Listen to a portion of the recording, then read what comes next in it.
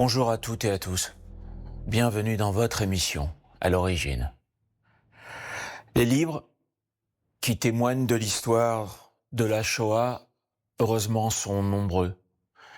Les livres qui sont écrits par les descendants le sont moins.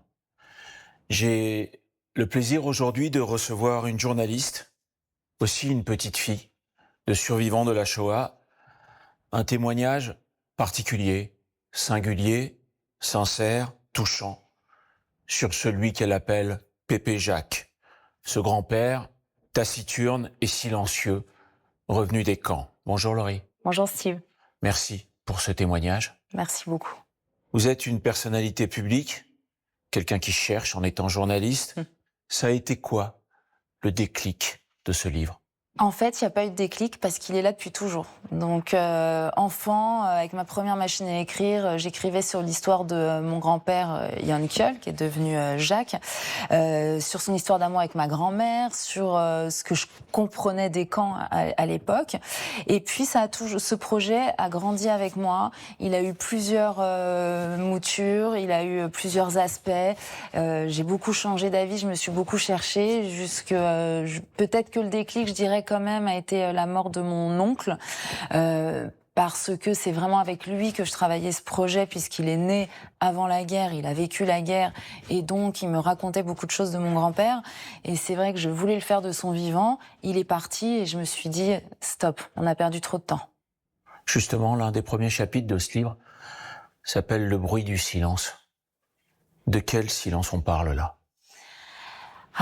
Alors, il y a énormément de silence. Il y a le silence des rescapés qui n'arrivent pas à parler de ce qu'ils ont vu parce qu'ils estiment que personne ne pourrait s'imaginer l'horreur et qu'il n'y a pas de mots assez forts pour expliquer ce qui s'est passé dans les camps. Je pense qu'il y a le silence aussi des gens qui, aujourd'hui, de plus en plus, minimisent la Shoah. Et justement, ce silence qu'il faut absolument briser, en tout cas contre lequel il faut lutter pour que la Shoah ne soit jamais un détail de l'histoire. Donc voilà, il y a eu le silence aussi des Français à l'époque. Il y a beaucoup de silence. C'est pour ça que je vous autour de la demande ça. Shoah. Vous décidez, vous, de partir à la recherche d'informations sur l'histoire de votre grand-père. Vous nous l'avez dit, un peu par le biais de votre oncle. Vous saviez quoi au départ de lui, à part sûrement cette force qui vous a inculqué ? Je savais le tatouage sur le bras avec lequel j'ai grandi. Je savais les réunions secrètes auxquelles on ne pouvait pas assister parce qu'on ne pouvait pas comprendre ou parce qu'on était trop petits ou parce qu'ils voulaient nous protéger. C'était les réunions des anciens déportés. Je savais les anecdotes familiales qu'on se raconte à chaque fête de famille. Et en fait, c'est toujours les mêmes anecdotes qui reviennent. Donc je savais ma grand-mère qui part avec le bébé de la voisine pour cacher son étoile jaune et rejoindre son fils caché chez des communistes à la ferme qui est maltraité, donc qui part comme ça en pleine nuit. Et je savais plein de bribes, en fait. J'avais plein de pièces du puzzle, mais j'avais, vous savez, la fameuse pièce manquante qui fait qu'on n'est pas du tout fier de notre puzzle. Et ça, il fallait que j'aille la chercher. Vos grands-parents, et je cite vos mots, voyaient la France comme la terre promise, la terre des libertés et des droits, et pourtant, quelques années après, c'est la France qui les renvoie en Pologne, vers les camps d'extermination. Et ça, vous l'écrivez. De le savoir, c'est quelque chose. De l'écrire mot pour mot, alors qu'on les a plus, c'est autre chose. Vous ressentez quoi quand vous écrivez ça par rapport à vous, à votre vie ? Mais beaucoup de choses, parce que déjà, moi, je suis née en France, j'aime la France, je vis en France, je la quitte pas, et donc c'est très compliqué parce qu'effectivement cette France, elle nous a trahis et elle a trahi mes grands-parents. Et c'est vrai que mes grands-parents, quand ils arrivent, ils fuient les pogroms, ils arrivent, c'est la terre d'asile, c'est la terre d'accueil, ils ont confiance. Mon grand-père, quand il part se présenter pour un recensement de la population, il a confiance. Donc voilà, c'est plein de sentiments contradictoires. On essaye on peut pas excuser, mais on avance, mais en même temps avec une méfiance qui d'ailleurs On s'est rendu compte aujourd'hui avec l'actualité que la méfiance, elle a lieu d'être encore aujourd'hui. Mais voilà, c'est plein de sentiments contradictoires, effectivement, et en même temps, c'est beaucoup d'émotions aussi d'arriver à retracer ce parcours. Il a été expulsé de France pour être enfermé dans des camps et il en est revenu. 17 janvier 1945, les Allemands évacuent le camp. Et là, vous découvrez le récit de vos grands-pères, qui vous donne la nausée, et qui vous donne une nausée qui est tellement forte que on sent qu'il y a du mal à l'expliquer. La nausée de quoi ? La nausée de l'horreur, la nausée de l'orchestration de la mort. Comment est-ce qu'on organise l'extermination d'un peuple ? Et ça donne la nausée. Et puis après, évidemment, les conditions de détention dans les camps, tout ce que les rescapés ont réussi quand même à nous retranscrire et à nous raconter. Et c'est vrai que et en même temps, ce que je raconte avec le parcours de mon grand-père, quand je dis qu'est-ce qui fait que l'on survit, c'est que c'est vrai que sa rage de vivre a fait qu'il a réussi à créer sa chance et finalement à s'en sortir un peu mieux que les autres, dans la souffrance bien sûr, mais un petit peu mieux que les autres. Mais oui, ce qui donne la nausée, c'est tout ce qui s'est passé. C'est quand mon grand-père raconte comment est-ce qu'il tuait les enfants, comment se faisait la sélection dès que les familles arrivaient d'Auschwitz, qui pouvaient pas s'imaginer ce qui les attendait dans ces chambres à gaz.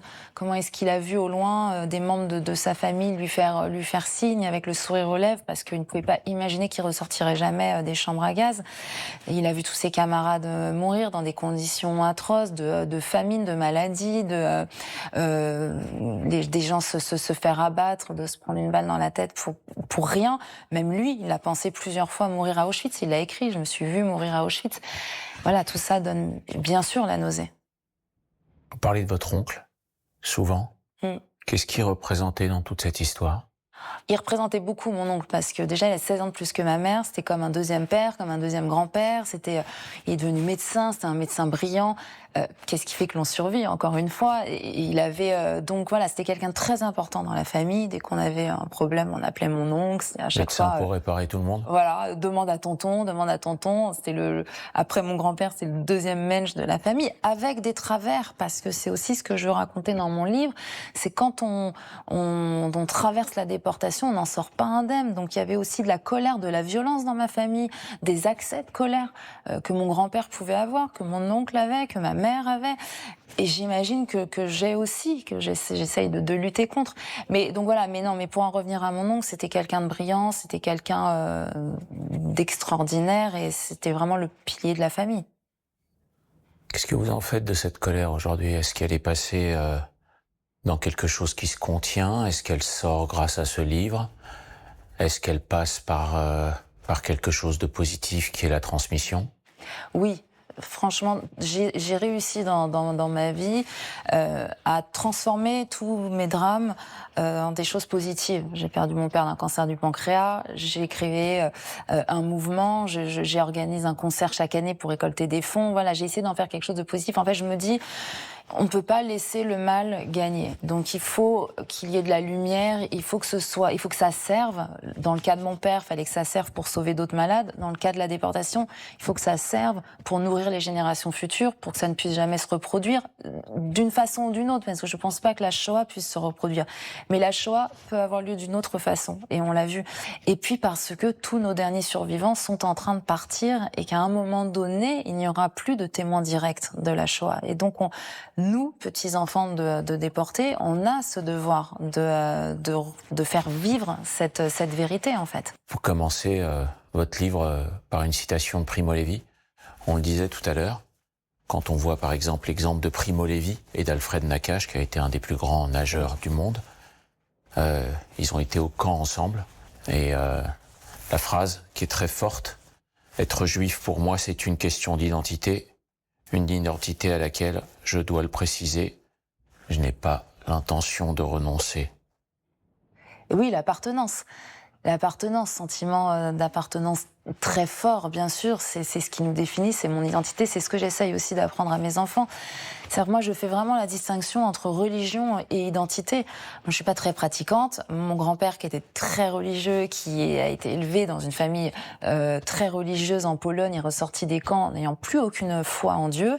Et donc, voilà, comme beaucoup d'Ashkénazes, et donc nous a vraiment élevés dans cette non-religion et en même temps dans un fort sentiment d'appartenance. Et pour moi, ça, c'est encore plus important. En tout cas, l'appartenance, c'est ma religion à moi, c'est mon Dieu à moi. C'est-à-dire que je suis fière d'être juive, j'aime cette religion, j'aime nos traditions, j'aime mon peuple, et sans forcément être très croyante, sans forcément être très pratiquante, mais en même temps, je suis là pour la communauté et pour notre histoire. Au long de votre livre, vous transposez suivant l'histoire de vos grands-parents et la vôtre aujourd'hui. Depuis le 7 octobre, pour vous, en quoi tout ça peut se mélanger? Eh ben, depuis le 7 octobre, on a découvert en fait des choses qu'on pensait très lointaines, voire qui n'existent plus. Alors, une fois qu'on a passé l'état de sidération, la colère, l'incompréhension, l'incompréhension du silence, l'incompréhension de tout ce qu'on a pu lire, les amalgames, la politique de bas étage et les gens qui confondent tout. Le conflit en Israël, il est très ancien, il est beaucoup plus complexe qu'on ne le pense. Le 7 octobre, c'est innommable ce qui s'est passé. Ça a entraîné une guerre. Une guerre, ça entraîne évidemment des morts de part et d'autre, des injustices de part et d'autre. Mais la sidération pour nous en France, c'est de voir à quel point, en très peu de temps, ce conflit est venu ici gangréner la situation des Juifs en France, en fait. À quel point il en a découlé un antisémitisme complètement débridé, et à quel point la haine a surgi en France. Et on se dit, si on en arrive à ce point-là, c'est que c'était là, en fait. Et ça, c'est inquiétant. Pour finir, vous parlez de renaissance dans votre vie, grâce à ce livre, de réparation, donc de tikkun, à travers votre métier. Est-ce que c'est un apaisement pour vous d'avoir un objet qui est l'histoire de votre famille, et qui tout d'un coup rend hommage à quelqu'un qui est sûrement au-dessus de votre tête et qui vous protège? Oui, vraiment, c'est un apaisement parce qu'en plus, ça me permet d'en parler, ça me permet de rencontrer, ça me permet d'échanger.